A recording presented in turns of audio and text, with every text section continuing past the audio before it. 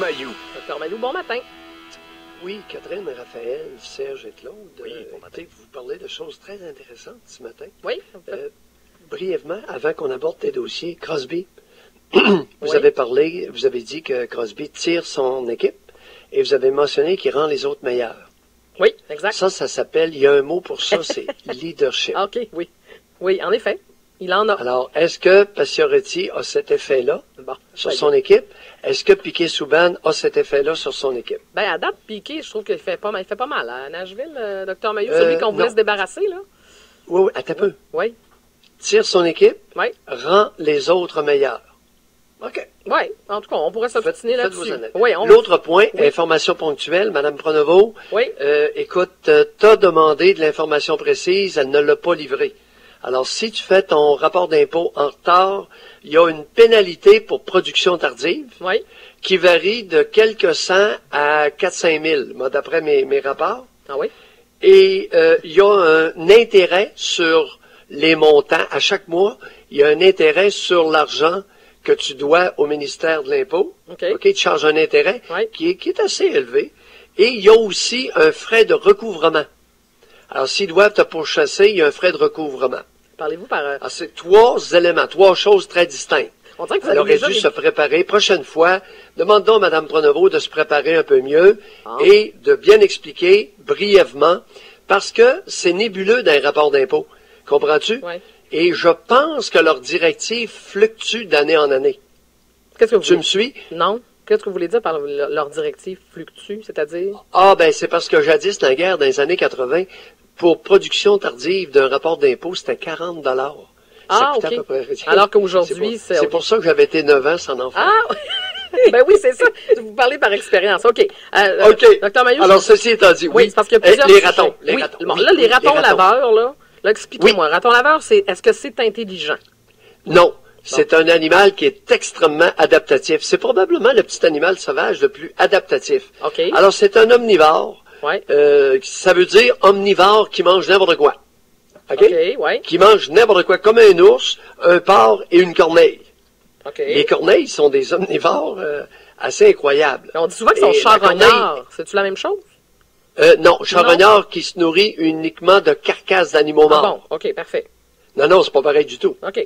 Alors, les corneilles, ça mange, écoute, Et est-ce que les corneilles sont intelligentes? C'est pas tout à fait stupide. Mais, ce sont des animaux, des espèces extrêmement adaptatives, qui s'adaptent à n'importe quelle nourriture, n'importe quel environnement. OK, bon, mais ça, c'est intéressant, là, parce que là, être adaptatif ne veut pas nécessairement dire un animal intelligent. Quels sont? Exact. Parce que c'est la même chose chez les chiens. Des chiens plus intelligents que d'autres? Ou sont Ça, plus c'est adaptatifs définitif. que d'autres? Non, intelligent. OK, parfait. C'est la capacité de comprendre et de comprendre un certain nombre de mots. Par exemple, dans les plus intelligents, c'est les caniches. Ah Ensuite, troisième, quatrième, t'as les bergers allemands. Puis... Ah, les Oh caniches oui, les sont caniches, très... Ah oui? Ah ben, vous oui, me c'est la l'apprenez, race de ça. chien. Non, c'est la race de chien. Ils peuvent comprendre toutes sortes de petites affaires. Ah bon, Puis OK. tu peux leur apprendre des mots. Ils vont savoir qu'est-ce qu'un mot veut dire. OK. Docteur Mailloux, Oui. je veux qu'on OK. aborde le dossier. Oui. Raton laveur pour terminer. Oui. Non, c'est pas un animal qui est un porteur de nombreuses maladies. Il s'agit comme un chien. OK? Ouais. Tu lui donnes un traitement antiparasitaire. Tu lui enlèves les parasites comme les chiens et chats Ouais. domestiques. Et tu le fais vacciner contre la rage et le tétanos. OK. Alors, s'il y a des vétérinaires qui sont à l'écoute, là, je pense que c'est pas mal complet. Ah oui, parce que là, on parle de maladies contagieuses qui sont Ben, porteurs de zoonoses et qui ont Oui, des porteurs de vers intestinaux. Oui, les vers intestinaux, ils peuvent en avoir comme vos chiens, comme vos chats, Ah bon. le ver du cœur chez le chien. Oui. OK. Oui, c'est pas mais les différent. zoonoses, c'est la rage et le tétanos, ils peuvent être porteurs de ça. Oui, ben, bon, OK, ça, c'est vrai aussi. Bon, oui, OK. c'est vrai. Maintenant, on vaccine nos chiens contre la rage. Les chiens peuvent être porteurs de rage. Oui, je le sais. Oh, regardons ça. Oui, en tout cas, Nos chiens peuvent être porteurs de zoonoses. parce que je connais ça. beau mot. Oui, C'est les un beau mot. zoonoses. OK. Alors, Docteur Zoonose, Mailloux. ça veut dire maladie des animaux transmissibles à l'humain. Oui. OK, si vous me permettez, c'est parce qu'il nous reste 5 minutes. Je veux absolument Oui, aborder allons-y. 2 sujets avec vous. Oui. Je veux qu'on parle de William Labranche. Donc, il poursuit son témoignage. Et ce qu'on racontait hier, c'est que la mère de William Labranche a témoigné Et elle mentionne, entre autres, « Je fais confiance à mon fils ». De ce qu'on pouvait comprendre, Dr. Mayou, de son témoignage, c'est qu'elle n'a pas posé beaucoup de questions sur le comportement. Elle, ce qu'elle nous dit, c'est qu'elle croit son garçon. Est-ce que, Dr. Mayou, c'est un comportement assez féminin de dire « Je vais croire ». Tu sais, quand ça arrive à ton fils ou à ta fille, s'il a commis un mauvais coup, est-ce que d'emblée, les femmes ont plus tendance à dire « Ah, ben, je vais le croire. C'est mon garçon. Il n'a pas pu faire ça. » Oui, il y a ça. Oui, il y a ça. Maintenant, écoute, je pense qu'avec toutes les histoires qui se passent, là, on est confronté avec une réalité où les palais de justice deviennent des palais de mensonges. Le problème dans les palais de justice, c'est qui ment le plus et qui ment sur quoi. Ouais. Tu sais, on est plus que dans des versions contradictoires. Oui, et là-dessus, les juges ont toute ma sympathie. Une grosse partie de leur rôle, et j'inclus les policiers là-dedans, une grosse partie du rôle du juge, c'est d'essayer de déterminer qui a menti le moins. Il n'y a pas un juge qui va vous dire ça, mais je suis un expert et j'ai tellement fréquenté les palais de justice que parfois j'observais les juges, puis là il fallait qu'ils déterminent lequel des deux parties a le moins menti. Vous êtes en train de nous dire ce matin que souvent la personne qui s'en sort est souvent la personne qui a peut-être le mieux menti, est-ce qu'on peut le dire comme ça? Ça peut arriver. Ça peut arriver. Pas nécessairement, mais ça peut arriver. Alors, c'est une dimension qui n'a jamais été invoquée. Il n'y a jamais personne qui vous a dit ça. Tu demanderas à François Vigent. Oui. Vérifie auprès de François. François va être d'accord avec moi. Et ça ment tellement que c'est gênant. Et puis là, le juge est pris entre deux versions contradictoires où quasi nécessairement, il y en a une qui est mensongère. C'est tout un travail. Alors, quand on est mal pris, lorsque l'humain est mal pris, la vaste majorité vont mentir. En terminant, Dr. Mayou. J'inclus nos policiers. Les policiers peuvent dire la vérité, mais les policiers peuvent mentir. En fait, oui, n'importe qui peut dire la vérité, et n'importe qui peut mentir. On s'entend. C'est pas réservé à un corps professionnel plus qu'un autre. Non. Je veux absolument, Dr. Mayou, je suis en train d'écouter la série 13 Reasons Why sur Netflix. Vous en avez probablement entendu parler. C'est une série qui tourne autour du suicide, qui fait beaucoup réagir. Je vous explique les grandes lignes. Donc, c'est une jeune fille qui s'est enlevée la vie, qui s'appelle Anna, et qui a envoyé des cassettes audio à son ancien amoureux, des amis, donc des gens à son école qui étudiaient avec elle. Et ça pose plusieurs questions. Premièrement, à la fin de la série, on voit la scène de son suicide. On la voit s'enlever la vie. Ça, c'est une chose. Ça me bouleverse. Dr. Mayou, j'ai de la misère à continuer la série. Je vous explique pourquoi. J'ai peur que des séries comme celle-là, parce que ce qu'on prône là-dedans, premièrement, on a tendance un peu à valoriser le suicide. Deuxièmement, il y a beaucoup de vengeance. Elle se revanche sur des gens qui l'ont intimidée. Je vais vous faire entendre hier l'entrevue qu'a réalisée, un extrait, en fait, de l'entrevue qu'a réalisée Paul Arcan avec le docteur Karine Iguarta, qui est présidente de l'Association des médecins psychiatres du Québec. Voici ce qu'elle disait sur la série. Message par rapport au suicide. La fille qui se tue là-dedans, elle laisse des cassettes en arrière pour blâmer les gens autour d'elle de son suicide. Fait que c'est vraiment un acte d'ultimement offensé. Puis là, tout ça, on parle cette histoire-là que le suicide peut servir de vengeance ou peut servir aussi de façon d'être populaire après sa mort. C'est une fille qui était en périphérie de la vie sociale, puis après sa mort, elle se retrouve au centre de la vie sociale. Y voyez-vous quelque chose de dangereux là-dedans, Dr. Mayou? Non. Et force-toi pas à regarder ça, Catherine.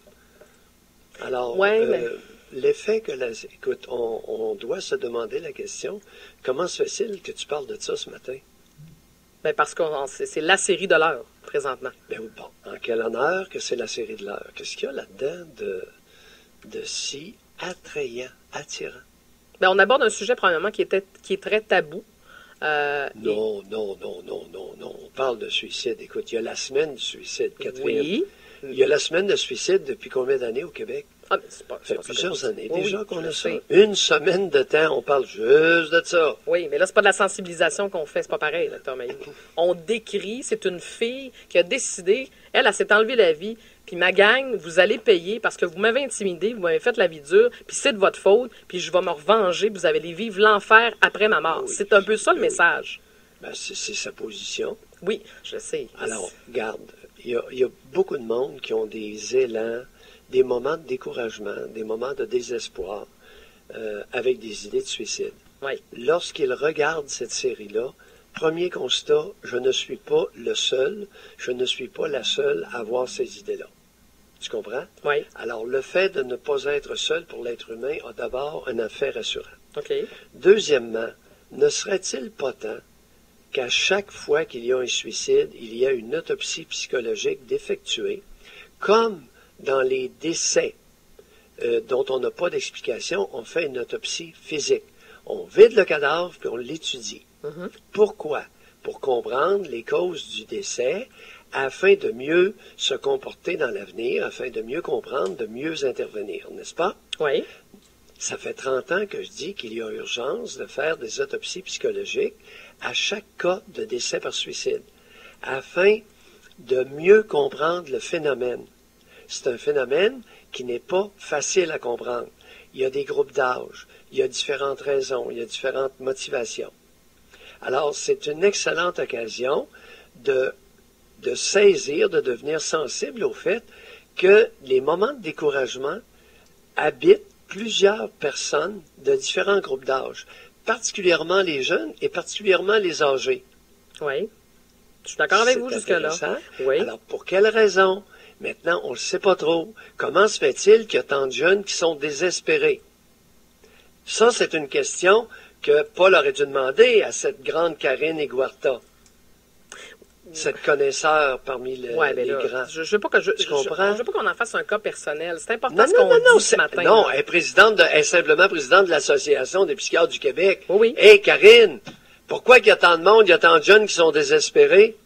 Pourquoi il y a tant de personnes âgées qui pensent s'enlever la vie? Elle ne le sait pas. Mais vous, est-ce que vous le savez? Non. Non, mais comment ça se fait qu'on le sait pas? Sais-tu pourquoi je ne le sais pas? Allez-y. C'est qu'on n'a pas voulu faire d'autopsie psychologique depuis 30 ans au Québec. On ne veut pas être confronté avec les raisons. Oui, en partie, mais est-ce qu'il peut y avoir autre chose? Est-ce que ça se peut que tu sais, on en parle beaucoup, on fait de la sensibilisation. Une fois que la sensibilisation est faite, les suivis qu'on en fait, est-ce qu'on s'occupe de ces gens-là qui sont en détresse? On nous dit toujours qu'il y a des tonnes de ressources, mais une fois que ça c'est dit dans le concret, est-ce que ces gens-là sont aidés? Je suis pas certaine, Dr. Mailloux. Non. Comment veux-tu, Catherine, tu touches le point clé. Comment veux-tu qu'on organise des ressources d'intervention adéquates si on ne connaît pas les vecteurs, les causes, les principales causes qui amènent des humains de différents groupes d'âge à s'enlever la vie? Là-dessus, on va terminer ça. Oui, je suis d'accord avec vous. Parce que ce qui m'énerve, hier, j'entendais la ministre Charlebois dire « Ah, c'est épouvantable cette série-là. » Et moi aussi, je trouve ça perturbant, je vous le cacherai pas. Mais par contre, je veux pas entendre ça d'une ministre. Au lieu de dire « Hey, des séries comme ça devrait pas, on devrait pas diffuser ça. » Au lieu de dire ça, est-ce qu'on pourrait prendre la problématique centrale puis dire « Hey, regardez, nous autres aussi, au Québec, on vit ça. » Puis tout d'un coup, que ça arrivait chez nous, comment est-ce qu'on est en mesure de gérer des situations comme celle-là? Ben non, on trouve ça scandaleux puis on voudrait que ce soit banni. La solution, elle est pas là, Dr. Mailloux. Coïncidence. Tu viens de mentionner Lucie Charlebois. Oui. Tu as parlé de Karine Eguarta. Oui. Deux femmes. Non, surtout pas la Deux points de vue féminins. Oh, Dr. Mailloux, ça allait bien cette chronique-là. Là. Il me semble que c'était un bon matin. Là.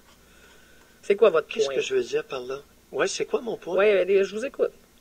C'est quoi mon point? C'est que lorsqu'il s'agit de se lancer à la recherche de causes de grandes problématiques, le point de vue l'attitude féminine n'est pas nécessairement la meilleure.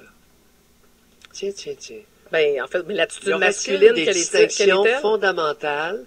Y aurait-il des distinctions fondamentales entre les hommes et les femmes face à certaines problématiques, dont la recherche active des causes de suicide chez Dr. Mailloux, Québécois? Il y a des hommes aussi. Il y a des hommes psychiatres, il y a des hommes dans les ministères, des hommes qui se penchent là-dessus, des hommes médecins. La position masculine, est-ce qu'elle est venue aider la position?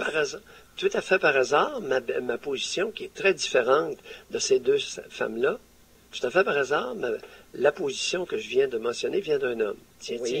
Oui, Dr. Mailloux, je suis d'accord. Y aurait-il des différences fondamentales, même chez les professionnels, femmes et hommes, en rapport avec certaines problématiques? Bien, en fait, oui, il y en a. Mais je vous ai posé la question tout à l'heure. Et si oui, pourquoi? Pourquoi? Sur quel point différons-nous? Alors là, Eguarta puis Charlebois, je suis pas sûr d'avoir bien compris leur position. La mienne est claire. Ah bon? La vôtre est claire, mais je vous ai demandé tout à l'heure si vous aviez une C'est quoi idée. la position d'Iguarta, au fait? Tom Mayou, c'est pas ça mon point. Là, vous mélangez des choses. Là. J'essaie de vous. Non. Tout à l'heure, je vous ai posé la même question que j'aurais posée à Mme Iguarta, c'est-à-dire la problématique centrale, c'est quoi finalement? Qu'est-ce qui fait qu'il y a tant de détresse chez les gens? Vous n'avez pas eu non plus la réponse. On n'en a pas de réponse. Non, j'ai pas la réponse parce que, et c'est là qu'on diffère. Mayou suggère un outil d'investigation qui va nous permettre d'avoir des réponses valables. Parfait, OK. On fera ça. Mais comment ça se fait que ça se fait pas? Demandez à Mme Iguarta, Mme Charlebois. OK, on va poser la question. Demandez-leur. Parfait. On va poser... Encore une fois. Encore une fois, c'est toujours Je ça. ne répondrai pas à leur place. Mais non, je le sais. Ça je fait 30 m'attendais pas à ça. ans que je le dis. Oui. Il n'y a jamais personne qui a repris mon propos. Jamais. Bon. Pas un chat. OK, on va garder la... Pourtant, je te dis ça ce matin, puis tu dis, ben là, Mayou, écoute, c'est évident. C'est évident que si on veut amener des ressources adéquates, il faut bien comprendre les différentes causes du problème qu'on adresse, n'est-ce pas? Mais c'est ce qu'on fait pas souvent. L'exemple que vous nous donnez, on pourrait l'appliquer à bien des dossiers. On ne s'attarde pas à la problématique centrale, puis après ça, on pense trouver des solutions. C'est fascinant. Oui. Voilà. Alors, nous terminons sur ce point extrêmement consensuel. Voilà. Alors, lorsqu'on veut régler un problème, regardons en amont, c'est-à-dire au-dessus, les causes. Ouais. Mais non, on aime mieux on aime mieux crier au loup, Dr Mayou, au Québec. On aime mieux, Catherine, tu commences à être pas fine, là. Ah, ça m'arrive à l'occasion. Crier au loup, au raton laveur, je ne sais plus, Dr Mayou. Lequel des deux genres qui crie le plus au loup? Non, vous me ferez pas dire ça ce matin. Là, on vous entend pas bien, la ligne est moins bonne. Dr Mayou, je vous agace. Un plaisir de travailler avec toi. Absolument. À ta tribune. 9h. On a du plaisir. Oui, on a du plaisir, mais c'est important. Le sujet est sérieux, Dr Mayou. On va en reparler de ça. Oui? Le sujet était sérieux? Ben oui, le sujet était sérieux. J'avais pas réalisé. Gardons ça. 7h32. On va retrouver à 9h30.